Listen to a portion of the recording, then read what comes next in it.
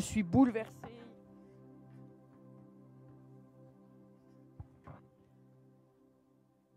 De voir ce que Dieu prépare pour son peuple. Ce matin, j'ai un thème un tout petit peu spécial. J'ai un petit peu un don pour ça. C'est pour ça qu'on aussi fait passer les arrosoirs avant, parce que je vais vous parler d'argent. Le titre de mon message, y a-t-il une dîme sous la grâce? Et je vais développer un tout petit peu concernant cette dîme. Donc, j'aimerais vous dire que je vous aime. Je veux agresser personne. Je veux que le peuple de Dieu rentre dans ses bénédictions.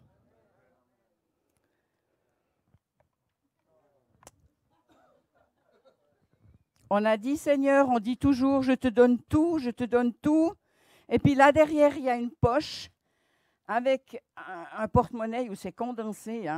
Puis c'est celui-là, parfois, qu'on a le plus de peine à donner au Seigneur. Ne vous sentez pas agressé, je vous aime. Je vais partager quelques pensées que Dieu m'a données. Vous savez, il y a eu du combat pour préparer ce message. J'ai commencé le vendredi, j'ai dû tout effacer hier soir à 8 heures. J'avais mangé un souper après le jeûne, j'avais envie de dormir. J'ai dit, oh là là là là, je n'étais pas dans la ligne que Dieu voulait parce que ce n'était pas moi. Alors voilà, je vais partager mon cœur avec vous. Je suis revenue sur cette semaine de prière alors que nous préparions cette nouvelle année, dans le jeûne, la prière. Nous voyons déjà que dans cette année, nous allons faire face à toutes sortes de difficultés. Il y aura des secousses, de la décadence dans divers secteurs mondiaux. Ce n'est pas très, très positif, ça. On va aller dans le positif après. Ce matin, je ne sais pas si vous avez écouté les nouvelles. J'ai écouté les nouvelles à 7 heures. Ils ont annoncé que les hôpitaux n'assurent plus les urgences.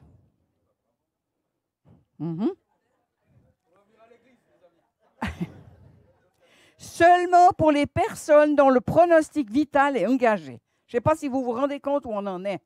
Bon, je suis d'accord, il y a eu de l'exagération. Les hôpitaux ont été envahis par à peu près n'importe quoi, alors qu'on peut prendre un dafalgan puis attendre 1 2 jours. Bref, on n'en est pas là, on ne va pas faire la politique de ça. Mais je ne sais pas si vous vous rendez compte la peur que ça peut susciter vers les gens. Quand on annonce que les hôpitaux n'ont plus le personnel pour soigner les gens. Et on en est là aujourd'hui, mes amis. Et j'ai reçu cette parole. J'ai une bonne nouvelle. Une bonne nouvelle, mes amis. Sachez que chaque fois que le monde connaît un déclin ou une décadence, le peuple de Dieu connaît un renouveau. Et j'ai tellement aimé ton témoignage. On va rentrer dans des temps comme ça, mes amis, où on va devoir rentrer à la maison et dire, Seigneur, tu veux quoi? Vous savez, l'onction d'huile, on n'en fait plus tant dans l'Église. Et pourtant, toutes les personnes qui ont des cancers, toutes les gens qui ont des difficultés, qui ont des douleurs, si on revenait à l'onction d'huile, on verrait les miracles que Dieu prépare pour l'Église. Et je crois que c'est le temps. Chaque fois que le monde connaît un déclin, le peuple de Dieu connaît un renouveau. Est-ce qu'on peut se rappeler de cela?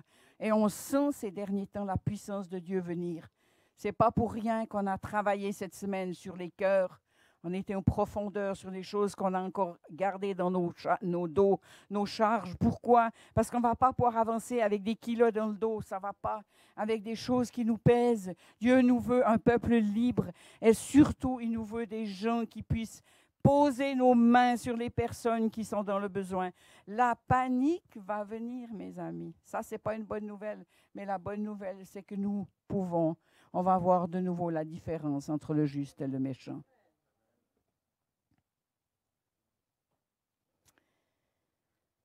Est-ce que notre désir, c'est que Dieu puisse continuer à déverser ses grâces et ses bénédictions sur l'Église et dans nos vies? Chacun de nous, je crois qu'on a ce désir-là. Ça nous concerne tous. Mes amis, l'Église est un lieu extraordinaire. Et aussi que Dieu, est-ce que c'est aussi notre désir que, voilà, vraiment Dieu puisse travailler sur l'Église, la rendre puissante? On a parlé de réveil ce matin. Extraordinaire, un chant de réveil. Ça n'ira pas sans parler de la dîme et des offrandes et de notre argent. Ah, on n'aime pas trop ça.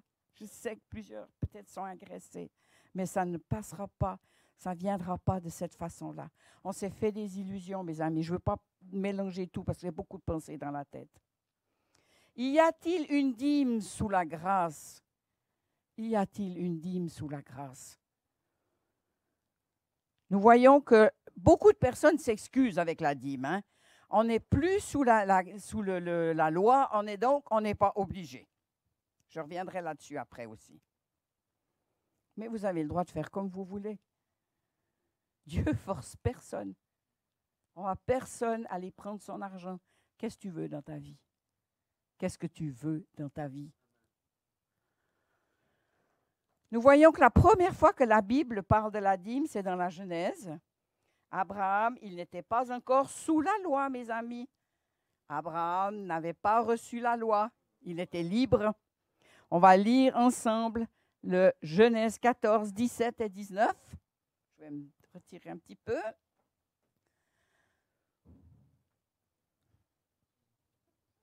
Il y a des tonnerres là. Ah, c'est ça? OK, d'accord. Donc, on est bien là, on est tranquille. Abraham revint après sa victoire sur Kédor-Laomer et sur les rois, ses alliés.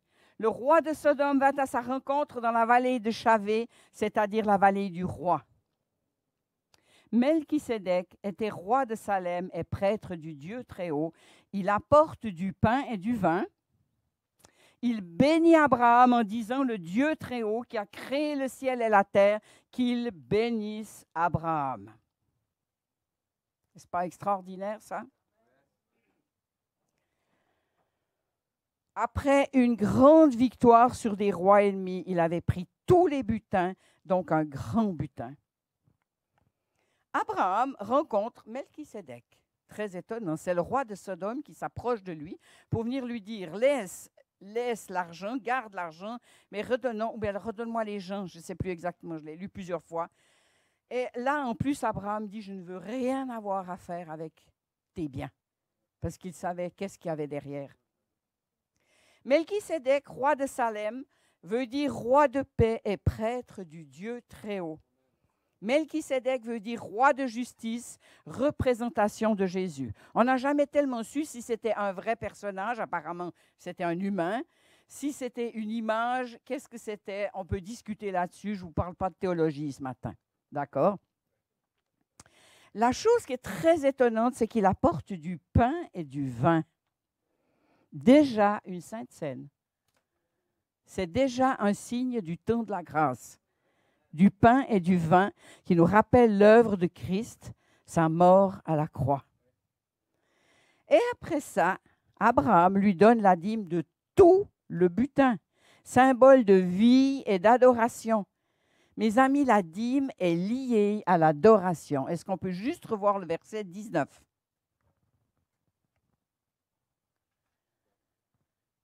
Il bénit Abraham en disant, le Dieu Très-Haut qui a créé le ciel et la terre, qu'il bénisse Abraham. Et ensuite, on voit qu'ensemble, ils ont béni le Dieu Très-Haut. Notre dîme est liée à l'adoration. Est liée à tous les bienfaits que Dieu nous a donnés. J'y reviendrai. Sous l'ancienne alliance, les Juifs amenaient les sacrifices et les offrandes au temple. Donc, beaucoup parlent de l'ancienne alliance. Aujourd'hui, on n'en est plus là. Attendez. Les dîmes revenaient aux Lévites et à leurs familles qui n'avaient pas de territoire à cultiver, mais qui servaient dans le temple et aussi pour aider les pauvres et les veuves. Ça, c'était sous l'ancienne alliance. Dans la nouvelle alliance, dans le Nouveau Testament ne parle plus des dîmes, mais de la libéralité, ce qui veut dire donner généreusement avec largesse.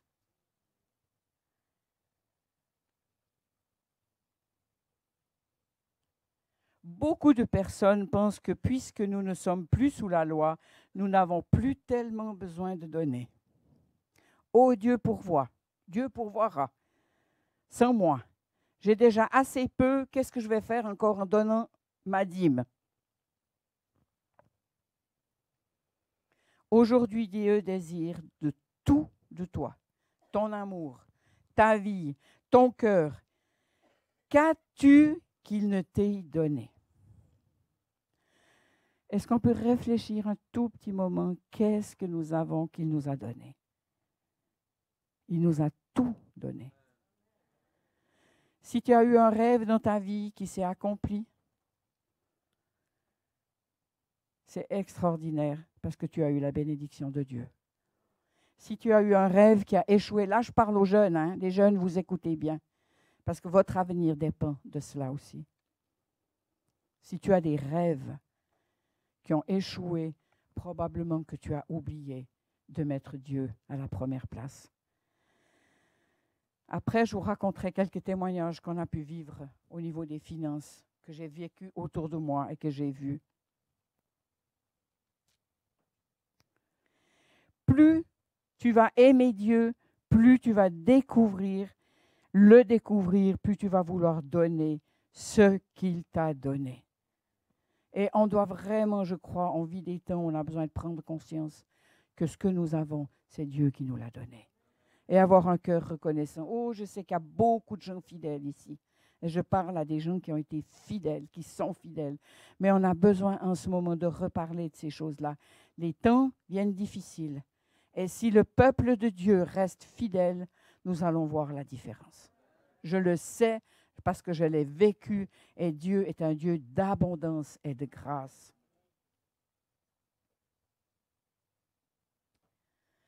Dans Malachie 3, verset 6, c'est juste avant le Nouveau Testament, Dieu dit, « Moi, le Seigneur, je ne change pas. Et vous, vous êtes toujours les enfants de Jacob. Nous sommes les héritiers de cette descendance. » Mais sur le point lequel j'aimerais appuyer, c'est que c'est la fin du Nouveau Testament et après, c'est juste le début du Nouveau Testament. Dieu dit, je ne change pas. Je suis Dieu, je ne change pas. Pensez-vous que la dîme aujourd'hui, tout a changé parce qu'elle s'appelle différemment? Ça n'a pas changé. Et la bénédiction qui coule de la dîme ne change pas. Parce que Dieu reste le même dans l'Ancien comme dans le Nouveau Testament. Et j'ai entendu beaucoup de gens qui ont revendiqué avec ça. Ça ne sert à rien. Vous pouvez revendiquer avec Dieu. Il n'y a aucun souci. Vous pouvez garder votre porte-monnaie dans votre poche, faire comme vous voulez, mais ne vous attendez pas à ce que la bénédiction coule sur vous. C'est dur ce que je dis là. Mais réfléchissez aux fruits que cela a donné.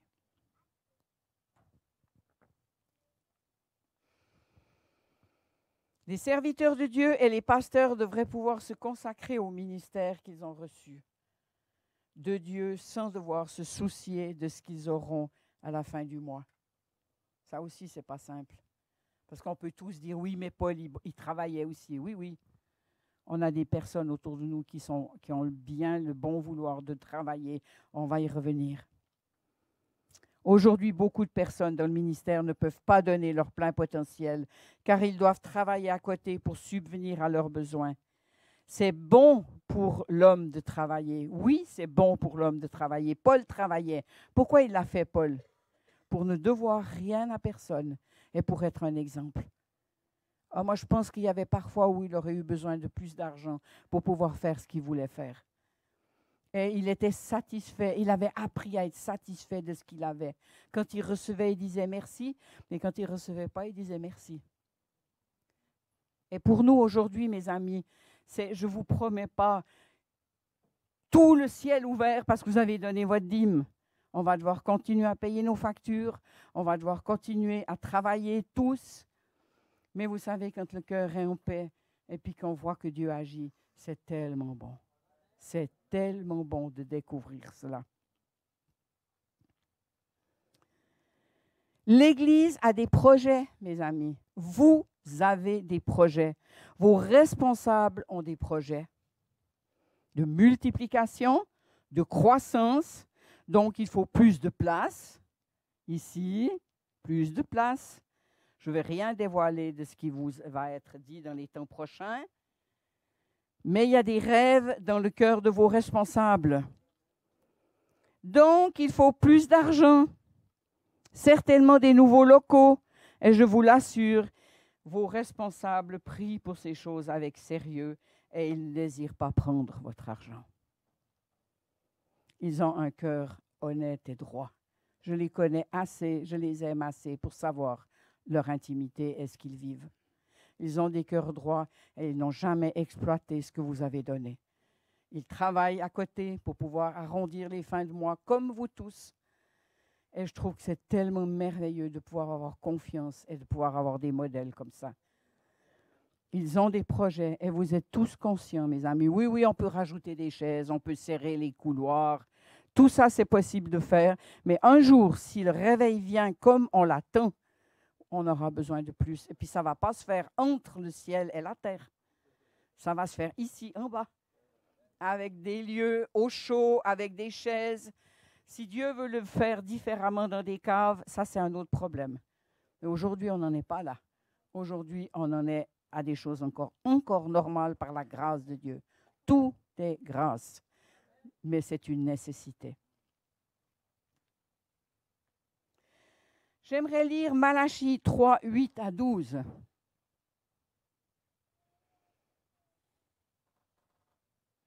Un passage un tout petit peu dur au début, mais alors après, quelle libération de bénédiction. Je vous réponds, est-ce qu'un être humain peut tromper Dieu? Pourtant, vous me trompez. Vous demandez encore, en quoi t'avons-nous trompé? Je vous réponds, quand vous devez donner le 10e de vos biens et quand vous me faites des offrandes. Malheur à vous, vous êtes maudits, parce que vous me trompez, vous le peuple tout entier. Apportez donc réellement le 10e de vos biens dans la salle du trésor, pour qu'il y ait toujours de la nourriture dans le temple. Je l'affirme, moi, le Seigneur de l'univers. Vous pouvez vérifier que je dis la vérité. Vous verrez alors que j'ouvrirai pour vous les réservoirs d'eau du ciel et que je vous couvrirai de bienfaits abondants. Pour vous, je détournerai les criquets. Ils ne détruiront pas vos récoltes. Ils n'empêcheront pas vos vignes de donner du raisin. Je le promets, moi, le Seigneur de l'univers. Tous les autres peuples diront que vous êtes heureux, car la vie sera très agréable dans votre pays. Je le dis, moi, le Seigneur de l'univers.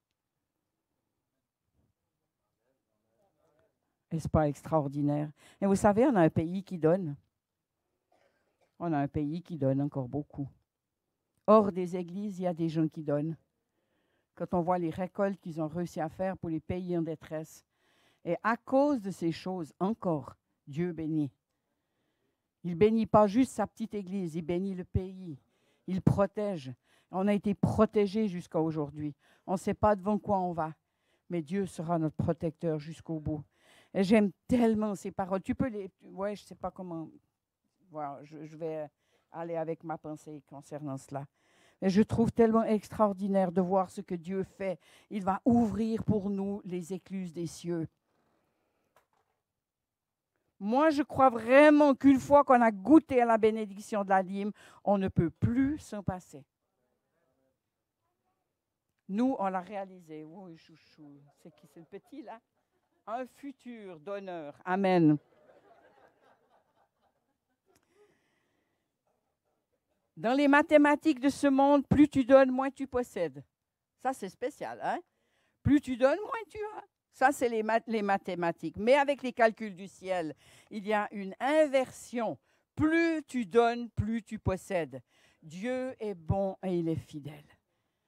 On a pu l'expérimenter. Je vous ai dit que je vous donnerai quelques témoignages. Combien Dieu est fidèle. Et vous savez, donner la dîme régulièrement, ça va jusque sur votre santé. Je suis convaincue.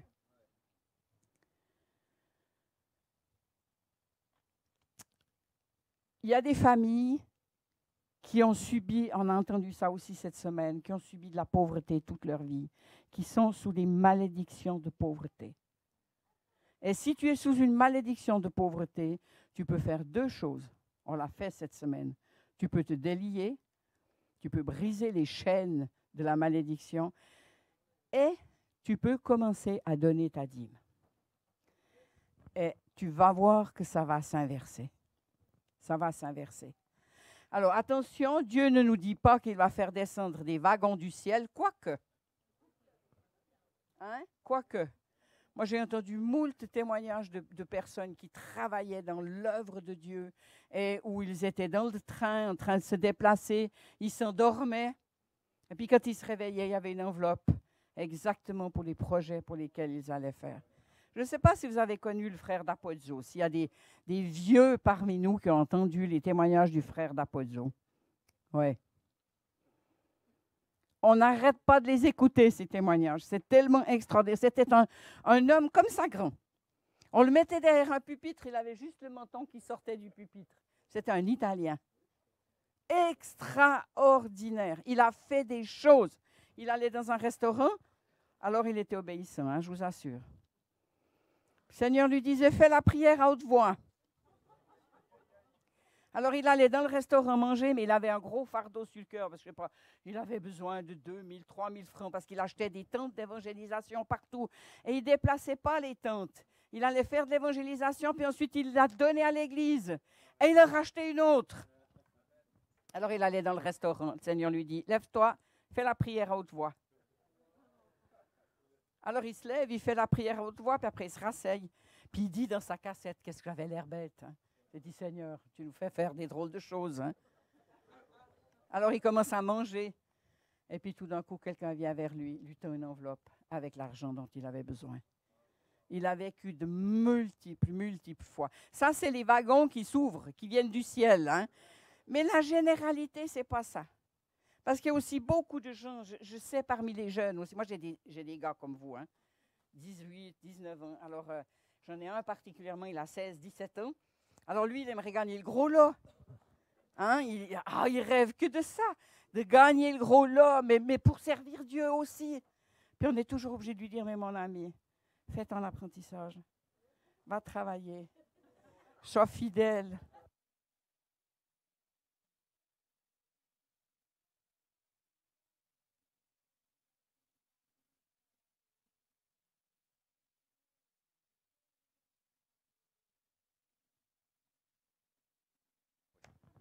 C'est bon, c'est moi qui ai pesé dessus. Oh mince alors, pardon.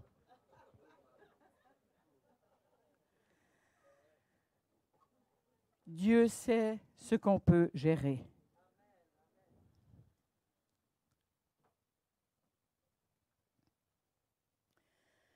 Et il y a bien des gens qui pensent que s'ils sont fidèles, ben, ils n'auront plus trop besoin de travailler.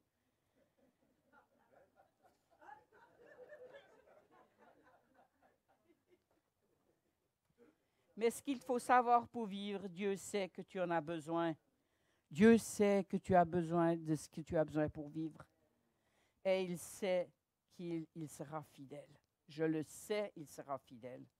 Moi, j'aime beaucoup un verset particulièrement dans ma vie. Mets ta confiance en l'Éternel et il agira. Oh, on le redit celui-là, hein? On le répète. Mais quand la chose est là, comme notre sœur, premier réflexe. Un jour, je me suis fait attaquer par des abeilles. Je suis apicultrice. J'ai fait une bêtise. On a chicané les abeilles un mauvais jour. On a été les ouvrir pour leur voler le miel alors qu'il pleuvait. Jamais faire ça parce qu'elles sont enragées. Elles ont été enragées comme des abeilles sont enragées. Vous ne pouvez plus les enlever de vous. Hein. Elles sont arrivées sur moi, elles s'agrippent. Elle ne vous lâche plus. Donc, ça nous est arrivé. Ma fille m'a dit, va vite à la maison faire du feu, parce qu'on n'avait pas fait, elle ne voulait pas de fumée, parce qu'on met de la fumée pour les calmer. Dieu, de temps en temps, met de la fumée aussi pour nous calmer. Hein. J'ai été faire ça, et je dois avoir une braise qui est venue sur mon voile, m'a fait un trou que je n'ai pas vu. Et quand je suis retournée, hop, une abeille dans le voile. Pique! Elle me pique le visage. Et dans la panique, on a voulu l'écraser alors qu'il aurait fallu rester tout tranquille parce qu'au fait, une fois qu'elle a piqué, elle ne pique pas 2 fois. Hein. Maintenant, je le sais. On a commencé à vouloir écraser et on a déchiré le voile. Alors, il y en a seulement à peu près 8 ou 10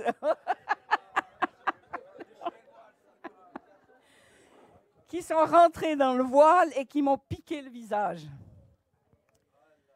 Première réaction, j'ai dit, on a une petite cabane là-bas où j'ai mes abeilles. Première réaction, parce que moi, je réagis assez fort, pas au niveau du souffle, rien, mais au niveau du dévisageage, hein, parce que ça gonfle, enfin, tout ça.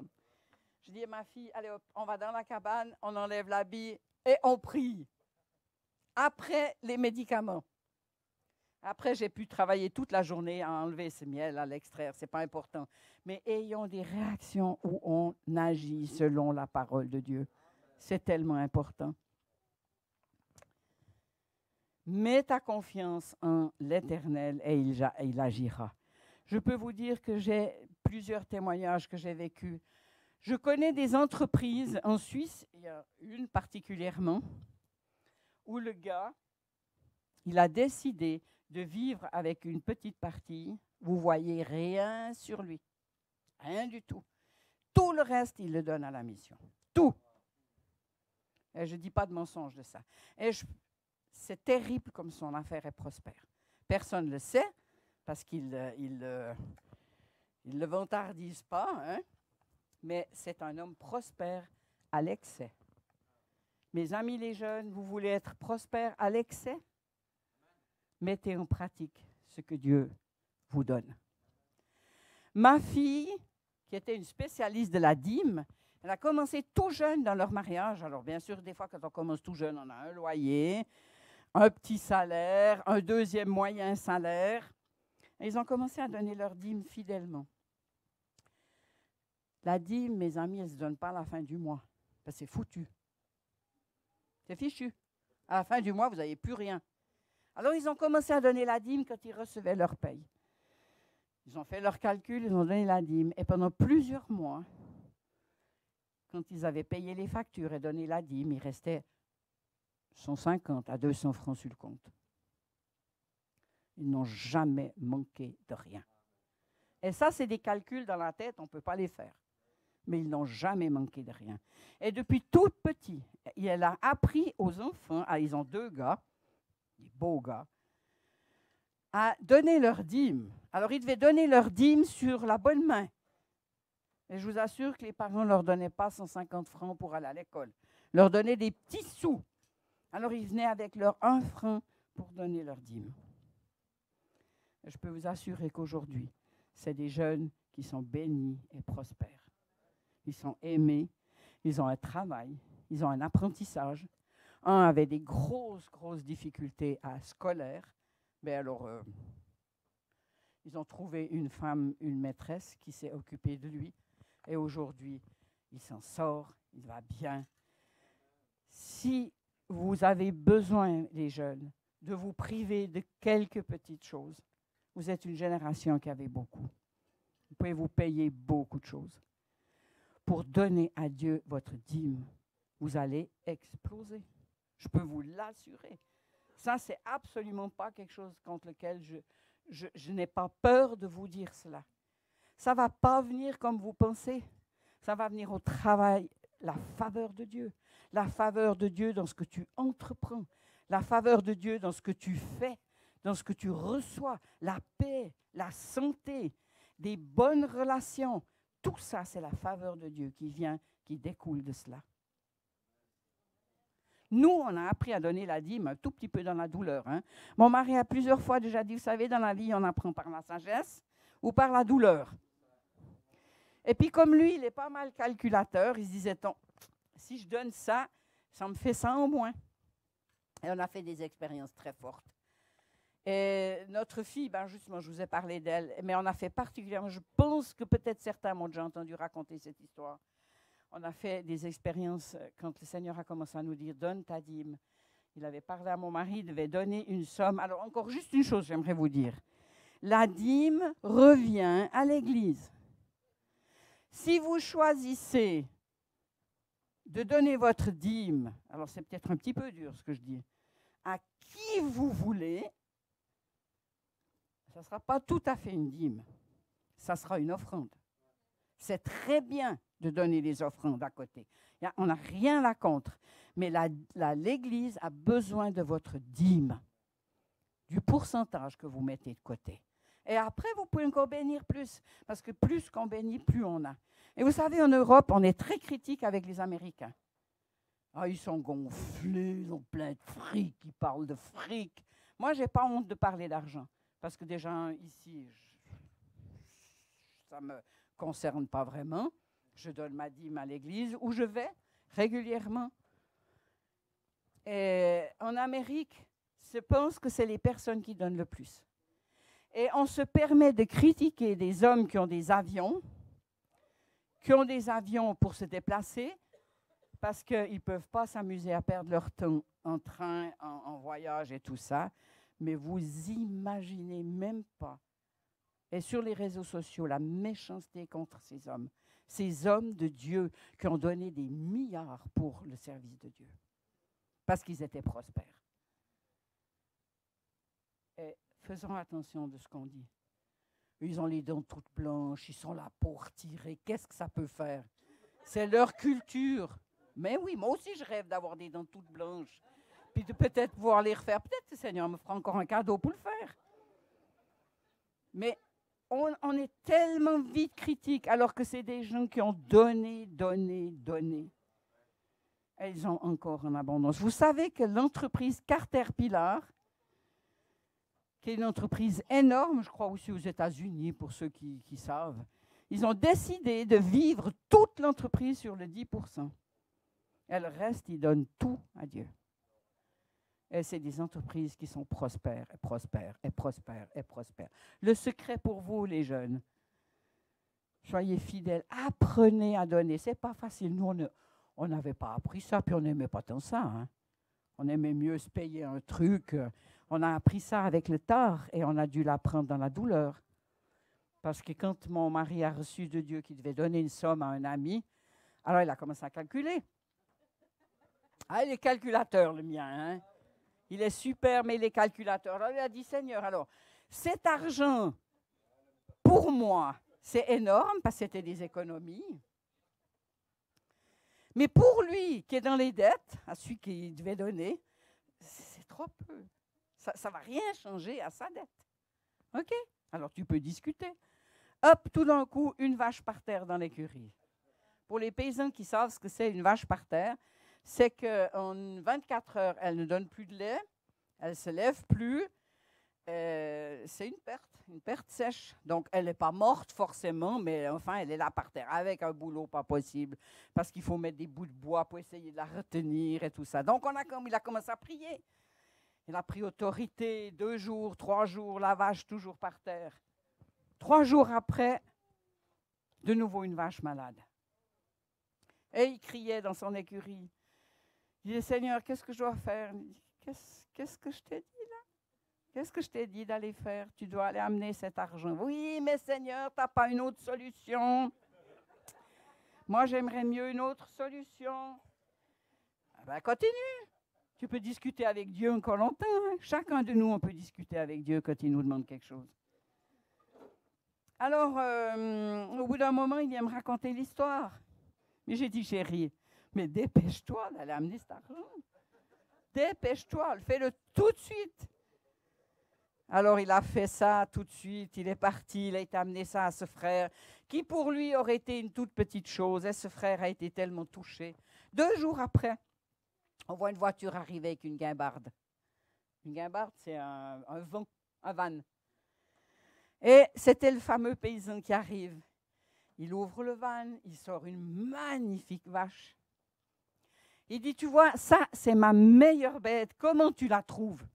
Alors Werner la regarde, oh, magnifique, belle tétine.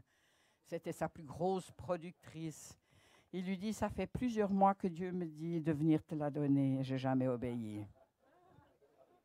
Et cette vache a été une grande bénédiction pour nous. Vous voyez, c'est des expériences. Après, on commence à donner, hein, parce qu'on se dit, oh là là, Seigneur, tu es tellement bon, tu es bon.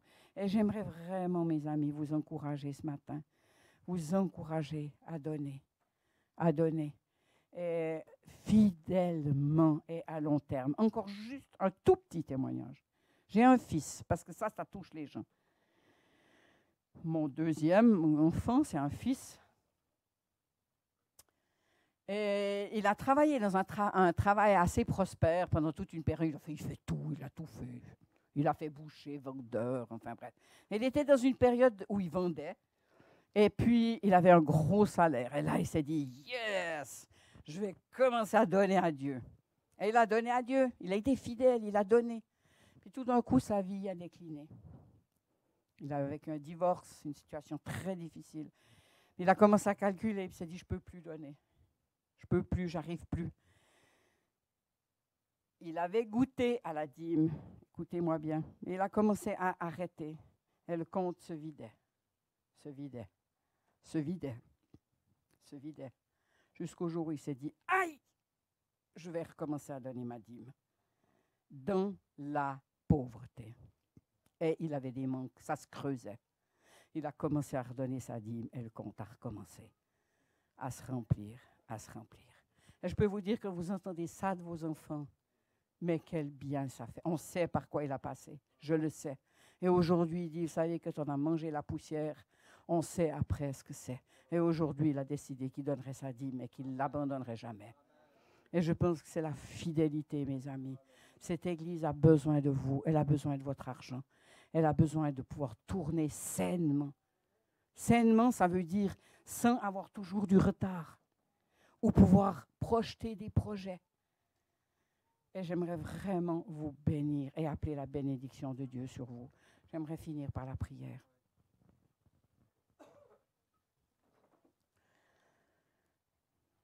Père Céleste, merci pour ce que tu nous donnes. Merci pour tout ce qu'on a sur notre pays. On a l'abondance. On a des paniers pleins, Seigneur. On peut aller remplir des caddies. On peut manger à satiété, trop même, Seigneur. Merci pour ton abondance. Merci pour ta grâce. Merci parce que tu touches nos vies, tu touches ma vie, Seigneur, pour devenir des gens qui donnent généreusement, avec largesse, pour que nous puissions être une bénédiction pour cette Église, Seigneur. Je bénis mes frères et sœurs, tous ceux qui ont été fidèles. Je les bénis, Seigneur, afin qu'ils puissent encore déverser plus dans ta maison.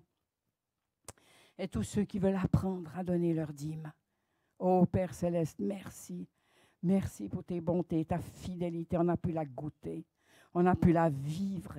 Et je veux ce matin briser toutes les chaînes qui te retiennent gêné par rapport à l'argent. Qui te donnent l'impression que tu dois être un petit pauvre. Ce n'est pas ça qui honore Dieu. Dieu est honoré par votre vie qui fait envie. Je veux briser les faux concepts, briser les esprits de pauvreté. Il y en a tellement dans l'Église parce qu'on croit qu'on est plus spirituel quand on est pauvre. Père, c'est un mensonge. Et les jeunes, si vous avez envie un jour d'être riche, alors rêvez à cela avec Dieu. Mettez-le au centre et ça va vous arriver. Seigneur, je crois que tu conduis les choses. Je bénis cette Église, je bénis chaque membre. Je vous bénis, je bénis vos familles, vos maisons, votre santé. Je bénis vos places de travail que Dieu vous a données et que vous pouvez être satisfaits et heureux. Dieu nous apprend à être satisfaits et heureux. Il nous comble de bien et le reste, on peut donner. Soyez bénis, mes amis. Merci pour votre écoute. Amen.